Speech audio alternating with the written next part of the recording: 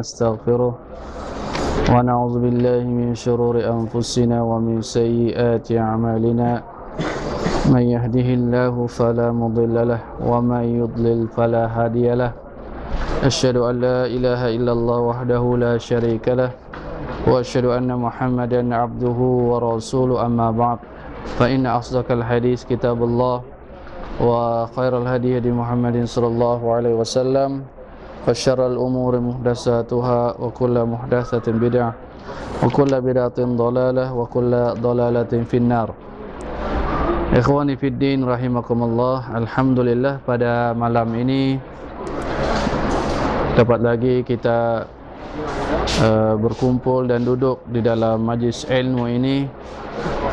Alhamdulillah, pada malam ini kita dapat meneruskan majlis kita ini dengan izin Allah Subhanahu wa taala. Dan seperti mana biasa, kita akan sambung kembali kuliah fiqh kita, yang mana kita akan meneruskan huraian hadis di dalam kitab Tawdihul Ahkam Syarh al-Bulughil Maram yang ditulis oleh Syekh Abdullah bin Abdurrahman Al-Bassam rahimahumullah. Hadis yang berikutnya di dalam bab sifatus shalah, hadis yang ke-220. Wa an Ubadah bin Samit radhiyallahu anhu qala qala Rasulullah sallallahu alaihi wasallam la salata liman lam yaqra bi ummil Qur'an, muttafaqun alaih. Wa fi riwayat Ibn Hibban wa Daruqutni la tujzi'u salatun la yuqra'u fiha bi Fatihatil kitab. Wa fi ukhra li Ahmad wa li Abu Dawud wa Tirmidzi wa Ibn Hibban la'allakum taqra'una khalfa imamikum. Qulna na'am. Qala la taf'alu illa bi Fatihatil kitab fa innahu la salata liman lam yaqra' biha.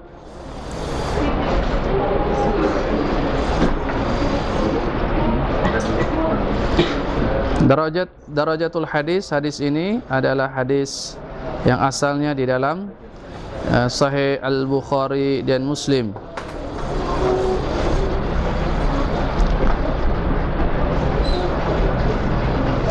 Baik. Hadis apa? Ubadah bin Samit radhiyallahu anhu, dia berkata Rasulullah sallallahu alaihi wasallam bersabda, la salata liman lam yaqra bi ummil Qur'an.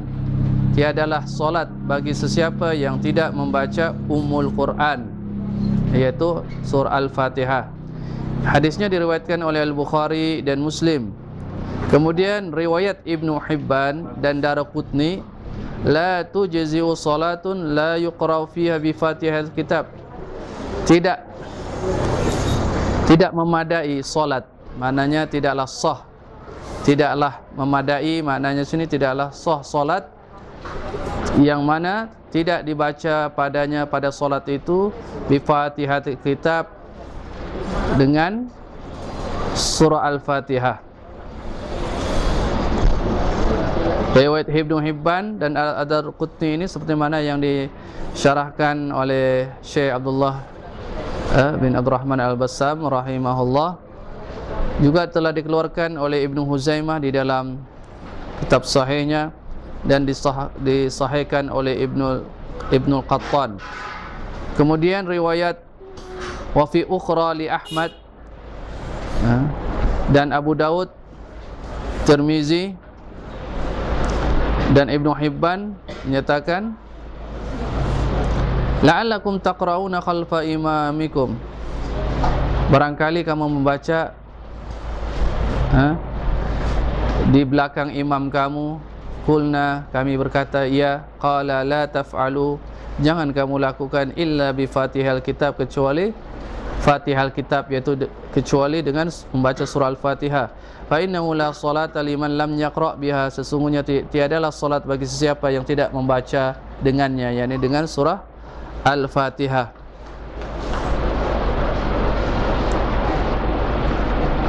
Dan kata Syekh, telah hadis itu telah juga dihasankan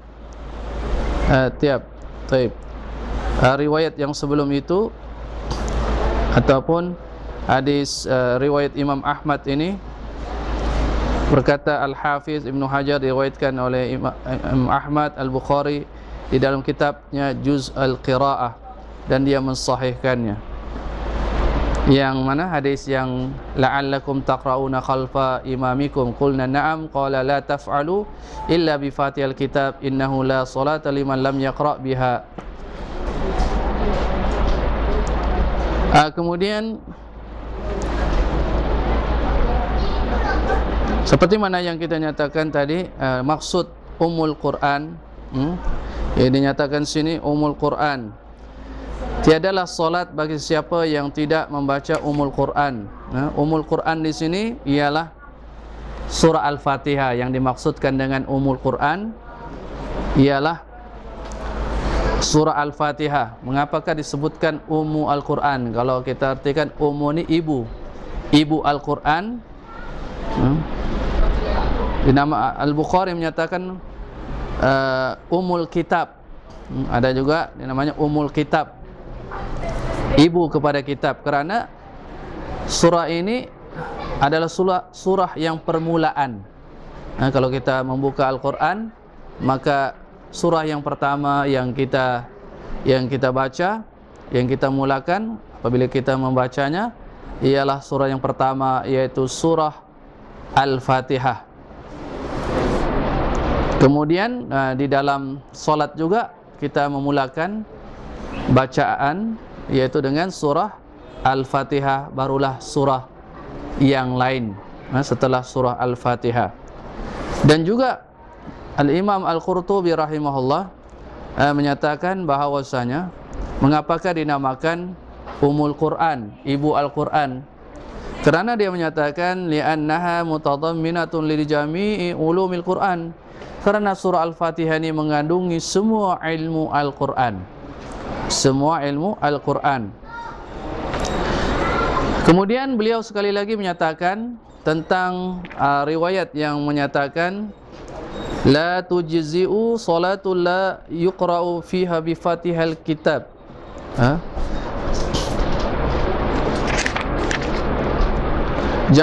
Tidaklah memadai solat kamu yang mana tidak dibaca padanya Fatihatil Kitab, yaitu Al-Fatihah. Dinamakan Fatihatul Kitab, maknanya ialah, kalau Fatih ini pembukaan, pembukaan kitab. Maknanya apabila kita buka Al-Quran, kita buka, maka yang mula kita dapati ialah surah Al-Fatihah. Kerana dia menyatakan dinamakan yang demikian, seperti mana yang dinyatakan oleh Al-Imam Al-Qurtubi rahimahullah, kerana tidaklah la tuftau qiraatul Quran, tidaklah dibuka untuk membaca Al-Quran kecuali dengannya, maknanya dengan surah Al-Fatihah yang terlebih dahulu. Apabila kita buka Al-Quran, maka kita pertama surah yang kita nampak, yang kita lihat ialah surah Al-Fatihah. Kemudian ia adalah juga sama ada daripada dia punya tulisan juga, dan juga dia dimulakan dalam solat juga surah Al-Fatihah, kemudian barulah surah yang lain. Kemudian kita lihat di sini apa yang boleh kita ambil faedah dalam melalui hadis ini, seperti mana yang dinyatakan oleh Syekh Abdullah bin Abdurrahman Al-Bassam rahimahullah. Dia menyatakan sini Ummul Quran dan Fatihatul Kitab ini ialah nama di antara nama surah Al-Fatihah. Surah Al-Fatihah itu Fatahah, surah pembuka Al-Quran, ataupun dinamakan Ummul Quran, ataupun Fatihatul Kitab. Ini di antara nama surah yang kita mulakan dengan Alhamdulillahirabbil alamin, yaitu surah Al-Fatihah. Dia dinamakan Ummul Quran Kerana merujuk kepadanya, kepada surah ini, semua makna Al-Quran, yang mana telah kita nyatakan bahawa seperti mana yang dinyatakan oleh Imam Al-Qurtubi rahimahullah, kerana surah Al-Fatihah ini mengandungi semua ilmu-ilmu Al-Quran. Dan ia juga dinamakan sebagai Fatihatul Kitab kerana ia dimulakan dengannya Al-Quran. Maknanya seperti mana yang kita nyatakan tadi. Dan sesungguhnya para sahabat, mereka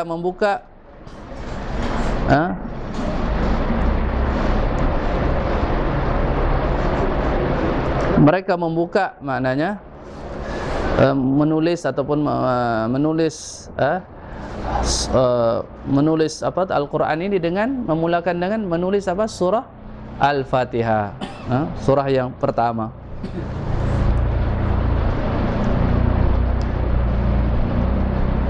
Makanya surah Al-Fatihah ini dia mempunyai kelebihan, kepentingan seperti mana yang terdapat di dalam Sahih Al-Bukhari, bahwasanya Nabi SAW menyatakan a'zamu surati fil Quran alhamdulillahi rabbil alamin. Surah yang paling agung di dalam Al-Quran ialah alhamdulillahi rabbil alamin, yaitu surah Al-Fatihah. Dan dalam hadis ini juga menunjukkan tentang wajibnya membaca surah Al-Fatihah di dalam solat. Dan ia merupakan salah satu rukun yang mana sekiranya seseorang tidak membacanya, maka tidak sahlah solatnya. Dan yang sahih kata Syekh rahimahullah, ia wajib dibaca pada setiap rakaat berdasarkan hadis al-musi' fi salatihi, orang yang salah solatnya. Hadis tersebut di mana Nabi mengajarkan dia, maka Nabi telah menerangkan yang dapat kita pahami bahawa surah Al-Fatihah hendaklah wajib dibaca pada setiap rakaat, seperti mana Nabi menyatakan summa fa'al zalika fi salatika kulliha, kemudian lakukannya yang demikianlah pada salatmu, pada semua salatmu, mana pada semua rakaat. Cuma kita akan nyatakan di sini perbezaan di kalangan ulama tentang adakah wajib ataupun tidak wajib makmum membaca surah Al-Fatihah. Nanti kita akan jelaskan. Kemudian di sini jelas menunjukkan tentang lafaz hadis ini la solata, kemudian tiadalah solat, kemudian la tujzi'u, solat tidaklah memadai solat. Kemudian la taf'alu illa bi Fatihatil Kitab, janganlah kamu lakukan kecuali membaca surah Al-Fatihah. Kemudian la shalah, tiadalah salat bagi sesiapa yang tidak membaca surah Al-Fatihah. Ini menunjukkan dengan jelas bahwasanya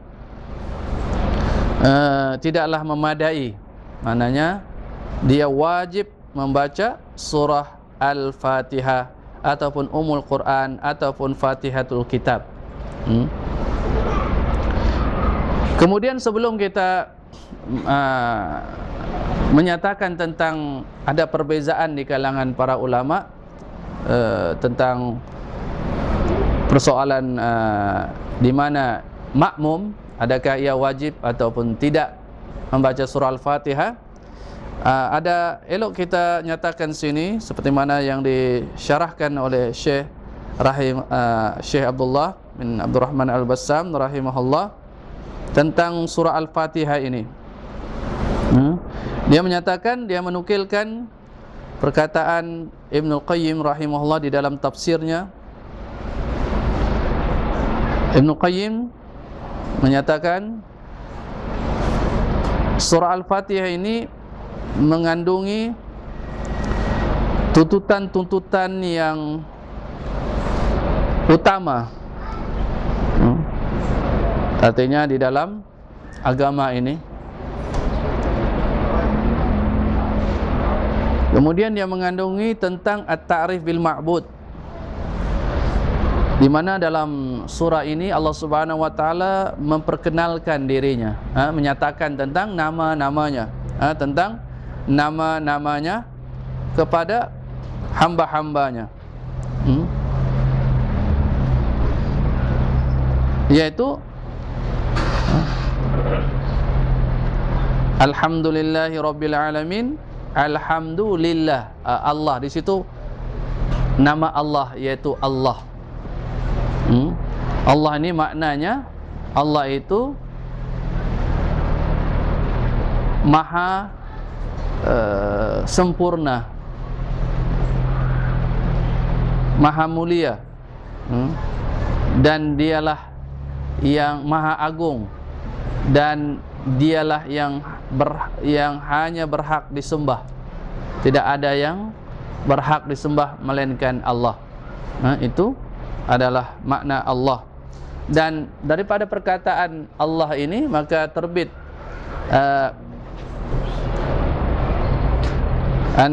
sifat-sifat Allah Subhanahu wa taala ataupun nama-nama Allah dan sifat-sifat Allah Subhanahu wa taala yang lain. Kemudian Alhamdulillahi Rabbil Alamin. Ar-Rabb, Rabb maknanya ialah pencipta, penguasa, pengatur, penjaga, yaitu Alhamdulillahi Rabbil Alamin. Segala pujian Rabb bagi Allah, Rabbil Alamin. Dia adalah Ar-Rabb, yaitu pencipta satu-satunya, tidak ada yang berkongsi, tidak ada yang membantu Allah, tidak ada yang berkongsi untuk mencipta kecuali Allah yang satu. Begitu juga dari segi pentadbirannya, penguasaannya, tidak ada yang berkongsi di dalam pengurusan pentadbiran ataupun penguasaan Allah Subhanahu wa taala. Ar-Rahman,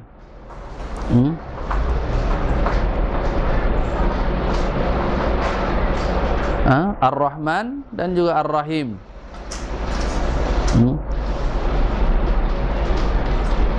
Ini adalah nama dan sifat Allah Subhanahu wa taala. Di dalam surah Al-Fatihah ini mengandungi 3 tauhid, bentuk tauhid. Yang pertama yang kita lihat di situ Allah, perkataan Allah, kemudian Ar-Rahman, Rabb. Itu ialah nama dan sifat Allah Subhanahu wa taala. Kemudian kalau kita lihat iyyaka na'budu, hanya kepadamu kami beribadah. Dalam surah Al-Fatihah ini menunjukkan tauhid uluhiyah, yang mana kita wajib menunjukkan ibadah kita hanya kepada Allah, seperti mana firman Allah, iyyaka na'budu, hanya kepadamu ya Allah kami beribadah. Maknanya ini merupakan tauhid ibadah. Yang pertama tadi ialah tauhid asma dan sifat, yang mana kita wajib menetapkan nama-nama dan sifat-sifat Allah seperti mana yang Allah tetapkan bagi dirinya, dan juga apa yang telah disebutkan, ditetapkan oleh nabinya tentang nama-nama dan sifat-sifat Allah. Di dalam surah Al-Fatihah ini ada beberapa nama dan sifat Allah Subhanahu wa taala seperti mana yang kita nyatakan tadi. Kemudian dia juga merujukkan kepada rububiyah. Maknanya rububiyah ini maknanya diantaranya ialah iyyaka nasta'in, dan hanya kepadamu kami memohon pertolongan. Jadi maknanya yang memberikan pertolongan, perlindungan, keselamatan adalah Allah Subhanahu wa taala. Tidak boleh kita memohon kepada jin, kepada orang yang telah mati, hatta kepada nabi yang sudah wafat. Kita tidak boleh, wahai Rasulullah, aku meminta ini dan itu, tidak boleh. Jatuh kepada syirik. Kerana Allah menyatakan wa iyyaka nasta'in, dan hanya kepadaku, kepada Allah sahajalah kami memohon pertolongan. Dan di dalam surah Al-Fatihah ini, seperti mana dinyatakan oleh Syekh rahimahullah, kita meminta dan memohon kepada Allah al-hidayah dengan ayatnya ihdinas siratal mustaqim. Tunjukilah kami as-sirat al-mustaqim. Hidayah itu ialah petunjuk Allah yang telah dibawa oleh utusannya Nabi sallallahu alaihi wasallam, yang dinamakan sebagai hidayatul irsyad. Ada lagi satu namanya hidayatul taufik, yang mana hidayah taufik ini ialah mutlak di tangan Allah Subhanahu wa taala. Tidak ada seorang pun yang dapat memberikan hidayah taufik ini kecuali Allah Subhanahu wa taala. Kemudian dalam ayat ini juga mengandungi pembenaran tentang risalah yang dibawa oleh utusannya Nabi sallallahu alaihi wasallam, yang mana kita berdoa dan meminta agar Allah Subhanahu wa taala menunjukkan kita jalan yang lurus, yaitu dengan kita mengikuti jalan petunjuk Allah itu seperti mana yang telah disampaikan oleh utusannya Nabi sallallahu alaihi wasallam. Kemudian di dalam surah Al-Fatihah ini isbatul ma'ad, ada penetapan tentang hari kebangkitan, hari kiamat, hari pembalasan, yaitu Maliki Yaumiddin. Maliki Yaumiddin yaitu Allah itu Malik, penguasa, Hakim pada hari kiamat kelak. Sebenarnya Allah itu di dunia lagi sebagai Malik, Hakim, pentadbir. Dialah yang memutuskan, dia telah yang menetapkan undang-undangnya. Tetapi kebanyakan manusia tidak mau beriman, tidak mau mengambil peraturan Allah. Mereka mengambil peraturan-peraturan yang dibuat oleh manusia yang bersifat dengan sifat kekurangan dan kelemahan. Mereka meninggalkan hukum-hukum Allah Subhanahu wa taala, tetapi di hari akhirat semua manusia yang beriman, yang tidak beriman, mereka ketika itu melihat keagungan, kesempurnaan, kekuasaan Allah, kemuliaan Allah, sehingga semuanya mengiktiraf bahawa Allah lah satu-satunya Malik, penguasa. Makanya disebutkan Maliki Yaumiddin, penguasa hari kiamat. Kemudian juga ayat ini menetapkan tentang kenabian. Kenabian yaitu bahawa Nabi adalah utusan Allah Subhanahu wa taala, yang mana Allah Subhanahu wa taala menyuruh kita berdoa agar Allah memberikan kita jalan yang lurus. Jalan yang lurus ini adalah jalan yang telah ditempuh oleh para rasul, oleh para rasul yang mereka diberikan nikmat oleh Allah Subhanahu wa taala kerana mereka berada di atas siratal mustaqim dan melaksanakan ajaran ataupun petunjuk-petunjuk Allah Subhanahu wa taala. Kemudian saya menyatakan sini, berkata Ibnu Katsir, adapun as-siratal mustaqim, ia ialah jalan yang jelas, yang tidak ada bersimpang siur, tidak bengkok. Kemudian para ahli tafsir ada beberapa pandangan tentang maksud as-siratal mustaqim, yang mana semua pendapat mereka itu adalah sahih. Ada yang mentafsirkan as-siratal mustaqim ialah kitab Allah, yaitu Al-Quran.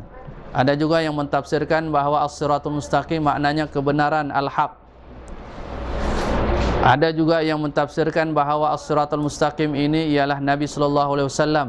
Maknanya kalau kita katakan ihdinas siratal mustaqim, tunjukilah kami as-siratul mustaqim, tunjukilah kami kitab Allah, sahih. Ataupun tunjukilah kami al-haq, kebenaran. Kebenaran itu adalah dari Allah. Kemudian tunjukilah kami as-siratal mustaqim, maknanya tunjukilah kami Nabi, maknanya ajaran yang dibawa oleh Nabi sallallahu alaihi wasallam. Maka semuanya itu adalah sahih. Dan makna-makna itu terhimpun kepada satu makna, yaitu apa? Al-mutaba'ah li Rasul sallallahu alaihi wasallam, yaitu mengikuti Rasul sallallahu alaihi wasallam. Maka kita dituntut untuk berittiba kepada Rasulullah sallallahu alaihi wasallam.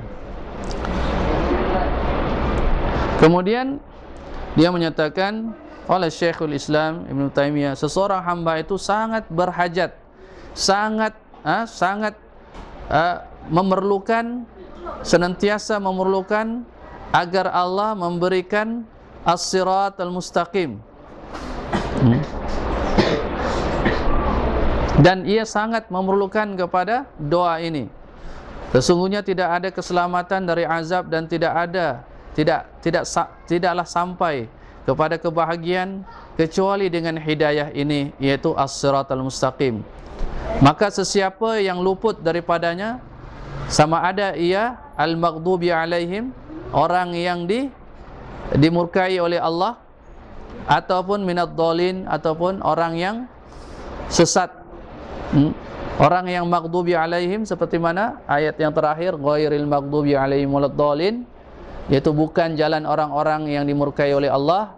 Mereka ini orang-orang yang menerima kebenaran tetapi mereka tidak mau menerima dan melaksanakan kebenaran itu, yaitu kaum Yahudi. Dan sesiapa sahaja manusia di muka bumi ini yang telah jelas kebenaran tetapi dia menolak kebenaran itu. Bahkan ada di kalangan mereka yang menentang orang-orang yang di atas kebenaran. Kemudian waladdallin, dan bukan jalan orang-orang yang sesat, yaitu orang yang beramal tetapi dia biduni ilm, dia tidak ada ilmu yang benar dari Allah Subhanahu wa taala, seperti kaum Nasara. Mereka ikut saja tokoh-tokoh agama mereka yang sudah banyak menyimpang, mengubah kitab-kitab suci mereka, sehingga mereka ini dianggap sudah Tuhan ataupun wakil Tuhan. Sama juga wakil Tuhan, Tuhan sama juga, sebab Tuhan juga. Sampai mereka ini berhak untuk mengampuni dosa-dosa orang lain, seperti mana yang kita ketahui.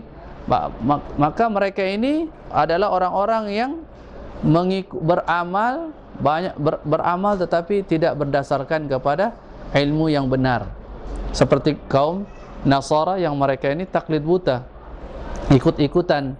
Kalau kita tanya pun mereka pada hari ini, mereka pun sebenarnya tidak tahu agama sebenar mereka itu. Mereka hanya mengikut tokoh-tokoh agama mereka sahaja yang telah menentukan hukum, peraturan agama mereka, bukan daripada Allah Subhanahu wa taala, kerana mereka telah mengubah hukum-hukum yang termaktub di dalam kitab-kitab suci mereka, yang mana di dalam kitab-kitab suci mereka juga memerintahkan untuk mengikut syariat Nabi yang terakhir, Nabi Muhammad SAW. Maka mereka sepatutnya wajib mengikut syariat yang dibawa oleh Nabi yang terakhir, Nabi SAW, seperti mana yang telah dijelaskan di dalam kitab-kitab suci mereka yang asli, tetapi mereka mengubah kitab-kitab itu. Saib. Jadi orang yang tidak dimurkai dan orang yang tidak sesat adalah orang-orang yang berada di antara dua golongan yang tadi, yang dimurkai dan yang sesat, yaitu mereka yang menerima kebenaran, yang mana mereka ini mengetahui kebenaran, mereka mempelajari kebenaran, mereka tidak taklid saja, seperti mana di dalam hadis di dalam tentang soalan di dalam kubur, apabila ditanya siapa Tuhanmu, siapa nabimu, apa agamamu, dia kata apa? Ha, dia pun tercengang. Ha, dia kata, la adri, aku tidak tahu. Aku tidak tahu, aku hanya mengikut orang kata, aku pun ikut mengatakannya. Ini adalah jawaban yang tidak diterima oleh Allah Subhanahu wa taala. Karena apa? Karena dia tidak mengilmui tentang persoalan, apalagi persoalan agama di dunia ini. Dia hanya mengikut tanpa mengetahui hal yang sebenarnya. Jadi orang yang selamat daripada orang yang dimurkai dan yang orang yang sesat ialah mereka ini mengetahui kebenaran, dan mereka tidak akan mengetahui kebenaran ini kecuali mereka mempelajarinya. Mereka berusaha, bermujahadah, bersungguh-sungguh untuk mempelajari kebenaran yang datangnya dari Allah Subhanahu wa taala. Dan yang kedua, mereka mengamalkan. Sebab yang pertama tadi tidaklah orang-orang Nasara, mereka juga beramal tapi tanpa ilmu yang benar, maka mereka itu sesat. Yang seterusnya, mereka ini apabila mereka mengetahui akan al-haq, kebenaran ini, mereka menerima dan melaksanakan kebenaran itu. Tidak seperti mana orang yang dimurkai oleh Allah, Yahudi, mereka mengetahui kebenaran tetapi mereka tidak mau menerima dan melaksanakan kebenaran itu. Baik. Kemudian Ibnu Qayyim rahimahullah juga menyatakan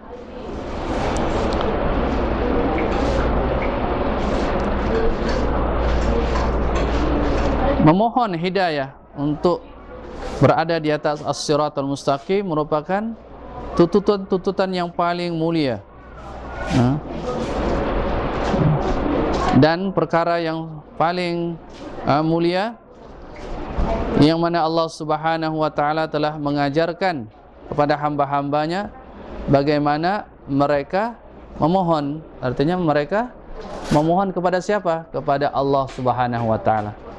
Ihdinas siratal mustaqim. Maka kalau kita lihat setiap solat kita wajib membaca surah Al-Fatihah, di antara ayatnya ihdinas siratal mustaqim. Satu rakaat, kalau misalnya zuhur itu 4 rakaat, berapa kali? 4 kali. Asar sudah 8 kali, 4 kali campur 4 lagi, 8 lagi. Begitu juga surah ada solat maghrib, solat isya dan solat subuh. Jadi setiap rakaat itu kita baca ihdinas siratal mustaqim. Ini menunjukkan betapa kita ini sangat memerlukan hidayah as-siratal mustaqim.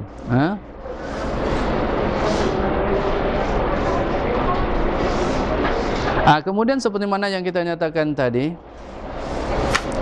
tentang ada perbezaan para ulama tentang adakah makmum itu wajib membaca surah Al-Fatihah, dia menjadi makmum. Namun para imam, 4 imam, Al-Imam Asy-Syafi'i, Al-Imam Ahmad, Al-Imam Abu Hanifah, Imam Malik rahimahumullah, mereka telah bersepakat tentang wajibnya membaca surah Al-Fatihah bagi imam. Kalau dia jadi imam, dia wajib, tidak ada perselisihan. Begitu juga al-munfarid, orang yang solat bersendirian, sama ada solat fardu ataupun solat sunat. Solat bersendirian, tidak ada khilaf di kalangan para ulama. 4 ulama tersohor itu maknanya solat tidak sah kecuali dengan membaca surah Al-Fatihah. Dan ini tentang wajibnya. Wajibnya ini maknanya kalau dia tidak melakukan berdosa. Tapi persoalannya adakah sah salat itu ataupun tidak? Maka 3 para ulama selain daripada Abu Hanifah menyatakan tidak sah, kecuali golongan Al-Hanafiyah, mereka kata memang dia berdosa tapi sah, salatnya masih sah. Tetapi para ulama yang lain kebanyakannya, termasuklah 3 orang imam, Al-Imam Asy-Syafi'i, Imam Ahmad dan Imam Malik, menyatakan tidak sah bagi imam dan orang yang bersendirian. Kemudian mereka berikhtilaf tentang adakah wajib makmum itu membaca surah Al-Fatihah. Dia kan di belakang imam. Yang imam tadi itu wajib, mesti wajib dia membaca surah Al-Fatihah. Tetapi makmum ini, adakah dia wajib juga membaca surah Al-Fatihah? Kita akan jelaskan di sini tentang perbezaan di kalangan para ulama, seperti mana yang dinyatakan oleh Syekh Abdullah bin Abdul Rahman Al-Bassam rahimahullah. Kita nyatakan di sini Al-Imam Asy-Syafi'i dan Ahlul Hadis mereka berpendapat wajib bagi makmum sama ada solat sirriyah. Solat sirriyah ni solat yang dibaca dengan perlahan, yaitu solat zuhur, solat asar kan. Maknanya mereka mengatakan wajib sama ada solat yang jahriyah kah ataupun sirriyah. Artinya semualah. Artinya solat yang wajib itu wajib membaca surah Al-Fatihah. Dan mereka mengecualikan ketika orang yang terlambat. Misalnya imam sudah mau rukuk sudah, tiba-tiba dia datang terlambat, kemudian imam rukuk, dia ketika itu tidaklah wajib, dia bertakbir dan terus mengikut imam rukuk. Dan apabila dia mendapatkan rukuknya imam itu, dia pun berserta sempat rukuk, maka dia mendapat satu rakaat. Maka ketika itu gugurlah dari kewajiban dia membaca surah Al-Fatihah. Dan sekiranya juga dia terlambat, dia membaca surah Al-Fatihah juga, tapi tidak habis, imam rukuk, dia wajib rukuk. Dia tidak perlu menyempurnakan bacaan surah Al-Fatihah kerana imam sudah rukuk, maka dia perlu mengikut imam. Baik.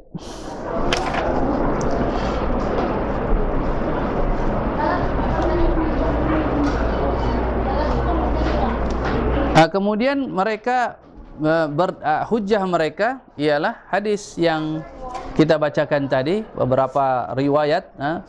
La salata liman lam yaqra bi umil Al-Quran.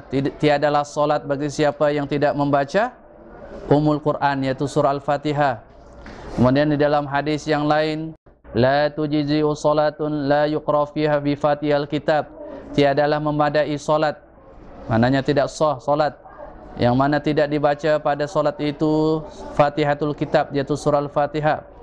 Kemudian hadis yang berikutnya, fa innahu la salata liman lam yaqra biha. Sesungguhnya tiadalah solat bagi siapa yang tidak membaca surah Al-Fatihah. Kemudian ulama yang lain berpandangan, ulama yang lain dinyatakan oleh sini, yang itu tadi pandangan ialah Al-Imam Asy-Syafi'i dan Ahlul Hadis. Kemudian jumhur ulama yaitu majoriti ramai di kalangan ulama menyatakan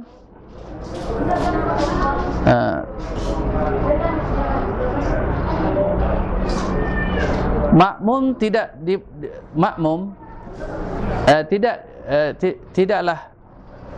membaca surah Al-Fatihah ketika berada di belakang imam, kerana mereka berdalil dengan hadis sahih dalam Sahih Muslim bahwa Nabi SAW menyatakan idza qara'a fa'ansitu, maka apabila dia yaitu imam membaca, hendaklah kamu diam. Kemudian di dalam Musnad Imam Ahmad dan yang lainnya dengan isnad yang sahih, yang bersambung perawi-perawinya semuanya adalah terpercaya bahwa Nabi SAW pernah bersabda, man kana lahu imam fa qira'atu qira'atul lahu. Sesiapa yang dia menjadi imam dan sesiapa yang dia itu ada imam dia makmum, ada imamnya, maka bacaan imamnya adalah juga bacaannya. Artinya memadai bacaan imamnya, dan dia adalah makmum. Dan dinyatakan oleh Syekh sini telah warid, telah terdapat riwayat tentang larangan daripada membaca di belakang imam daripada 10 orang sahabat Nabi sallallahu alaihi wasallam. Syekh kemudian menukilkan qala Sya'bi, berkata Sya'bi rahimahullah, adraktu 70 badriyan kullum yamna'un al-ma'mun min qiraati khalfal imam. Aku mendapati 70 orang ahli Badar, yaitu orang yang pernah menyertai peperangan Badar di kalangan para sahabat. 70 orang semuanya melarang makmum untuk membaca di belakang imam. Baik. Namun di sini dijawab oleh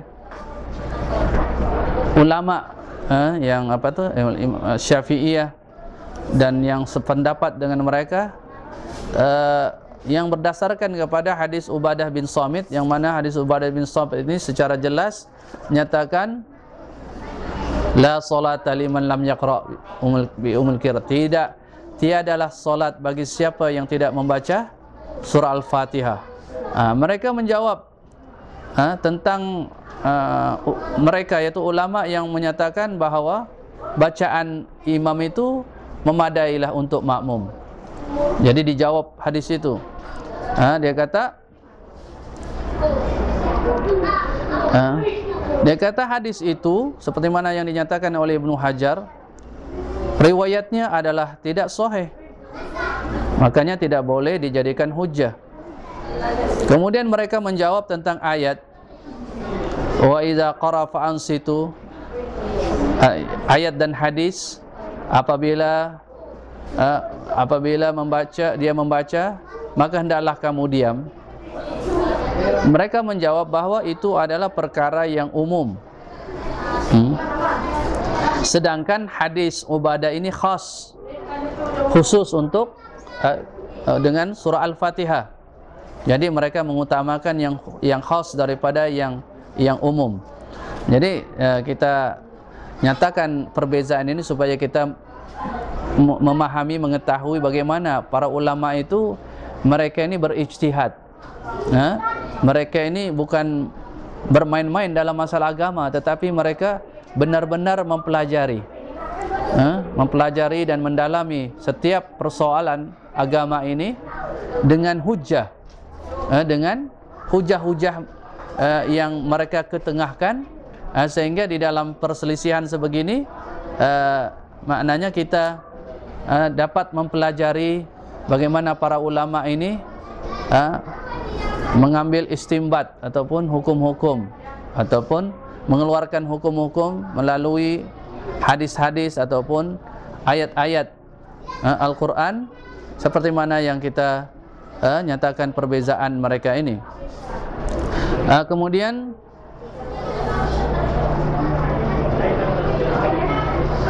Al-Imam Malik,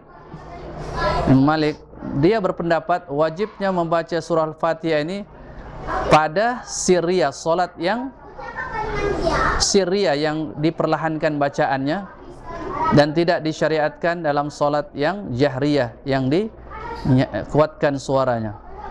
Dan dia berpendapat bahwa pendapat ini adalah mengumpulkan semua dalil.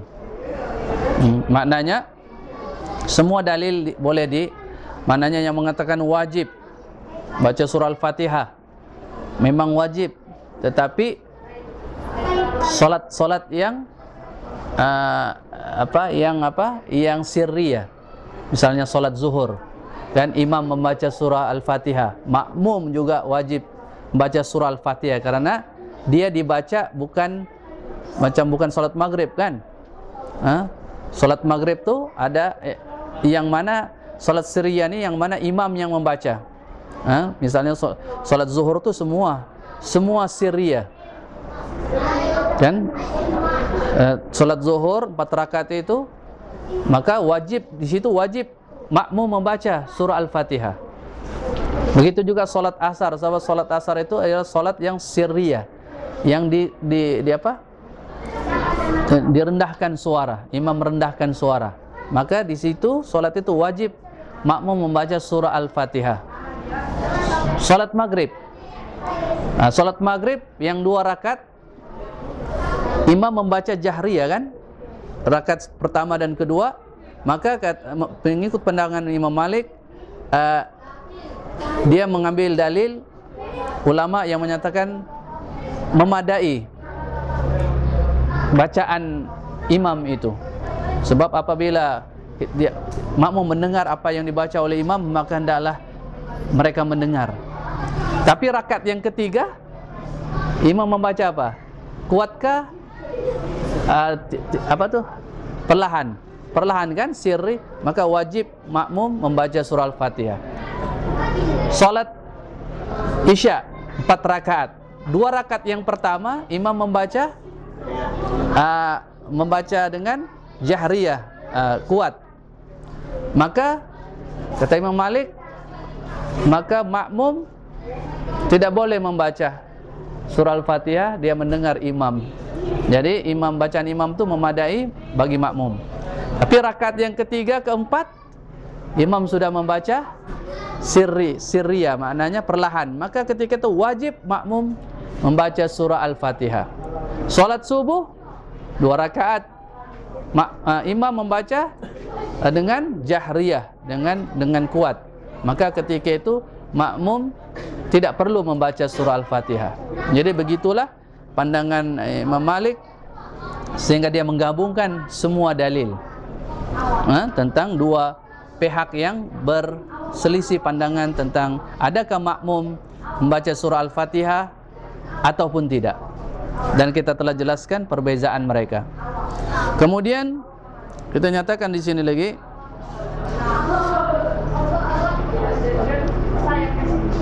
kemudian ya dinyatakan dari Syekh sini, apabila solat itu solat jahriyah ini yang mana imam membaca dengan kuat, seperti mana yang kita nyatakan tadi, maka bacaan imam itu adalah bacaan makmum, kerana makmum mendapat pahala apabila mendengar, diam dan mendengar. Dalam Al-Quran dia kata, idza quriyal Quran fastami'u lahu ansitu lah. Apabila dibacakan Al-Quran, maka hendaklah kamu diam dan dengar. Maka apabila kita dengar dan diam, maka dia mendapat pahala. Dan juga faedahnya juga yang penting juga, apabila kita mendengar imam itu membaca, di samping kita dapat pahala mendengar dan diam, maka faedahnya juga kita dapat mentadabbur, merenungi apa yang dibaca oleh imam, terutama makna-makna ayat itu, kemudian kita menghayati, merenungi. Dan inilah yang telah pendapat ini yang dikuatkan oleh Al-Imam Syekhul Islam Ibn Taimiyah rahimahullah. Dan kemudian wahwa qaulu aksaris salaf, dan ini merupakan pendapat ramai di kalangan ulama as-salafus saleh, yaitu apabila mendengar bacaan imam maka hendaklah diam. Dan sesungguhnya diamnya dari mendengar, untuk mendengar bacaan imam lebih baik daripada dia membaca.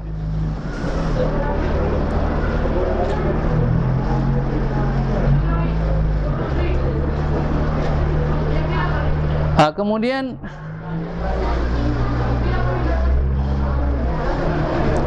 waqala fi mawdin akhar, kemudian ada dinyatakan di sini al-qiraah, membaca,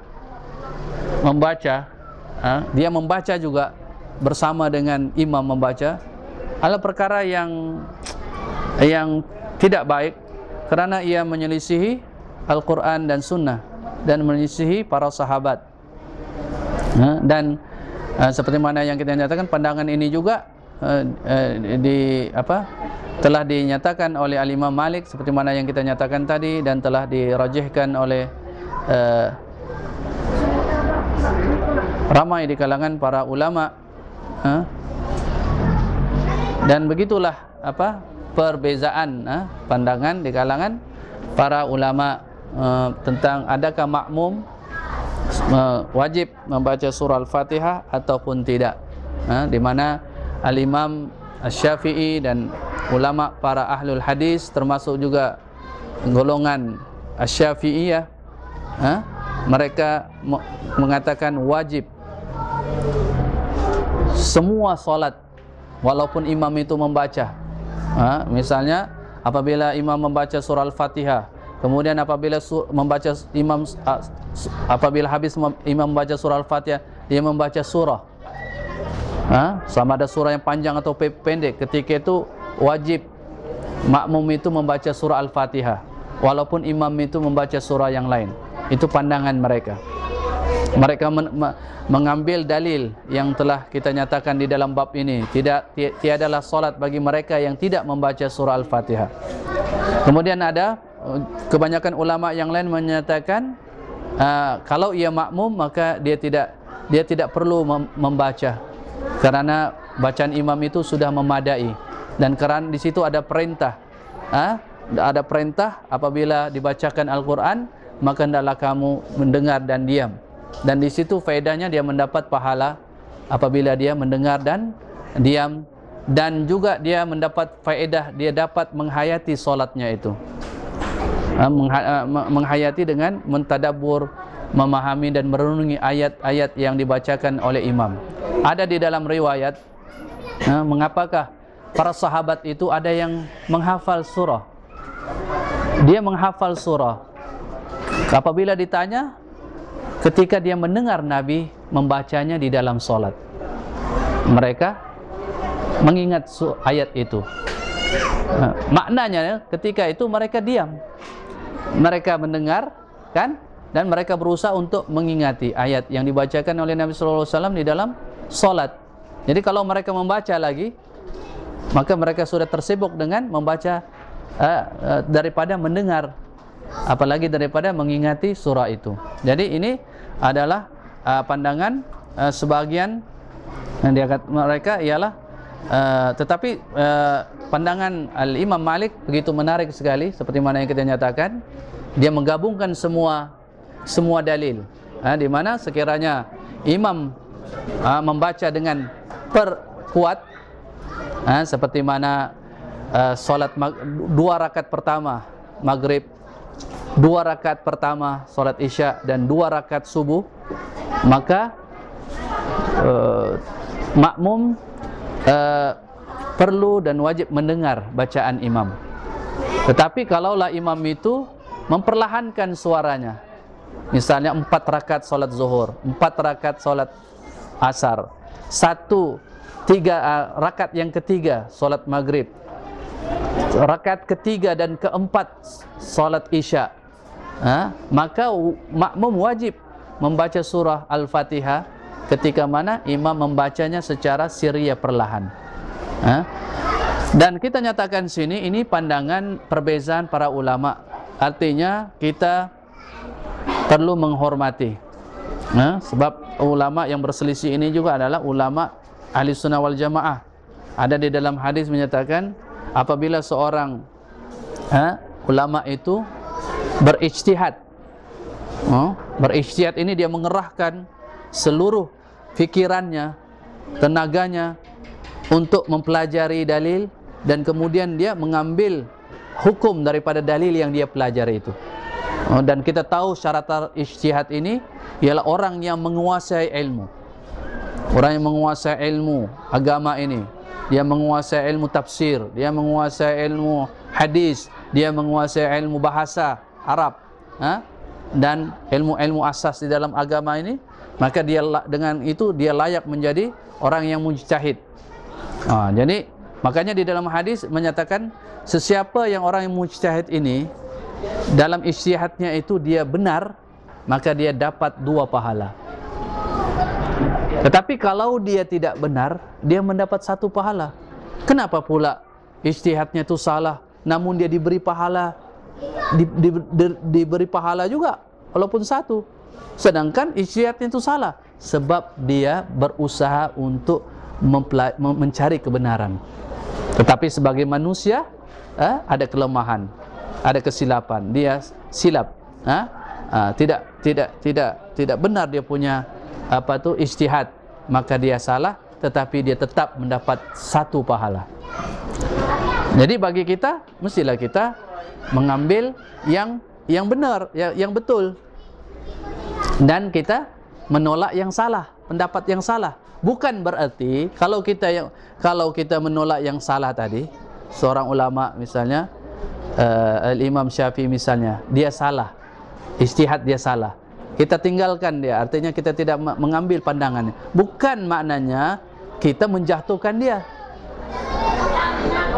bukan itu sebagai menghormati dia dan itu sebagai mengikut apa yang dia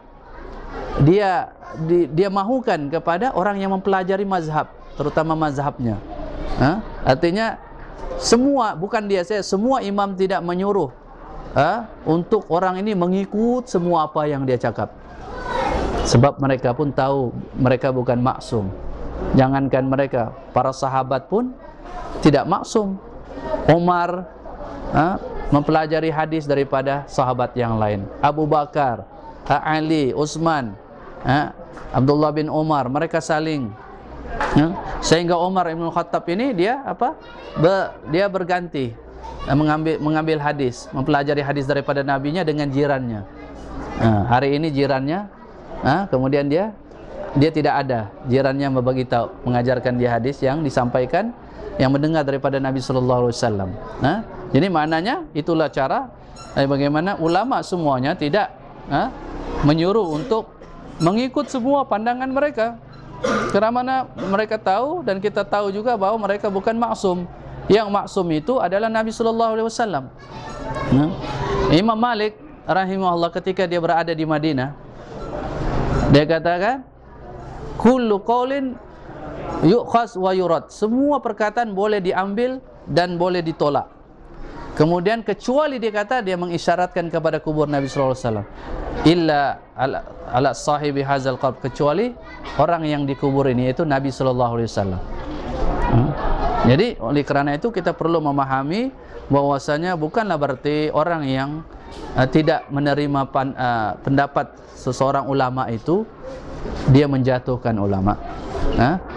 Apalagi apabila pendapat yang lain itu lebih jelas dalilnya, lebih sahih, lebih kuat, maka sebenarnya ia adalah mengikut bimbingan dan nasihat ulama itu sendiri. Jadi inilah yang dapat kita sampaikan untuk kuliah kita malam ini. Mudah-mudahan sedikit sebanyak apa yang kita pelajari memberikan ilmu yang bermanfaat kepada kita, terutama di dalam memahami tuntutan-tuntutan agama kita, agar kita senantiasa berada di atas ilmu. Aqulu qouli hadza wa astaghfirullah li wa lakum wa sallallahu ala Muhammad wa ala alihi washabbihi wasallam walhamdulillahirabbil alamin. Wassalamualaikum warahmatullahi wabarakatuh.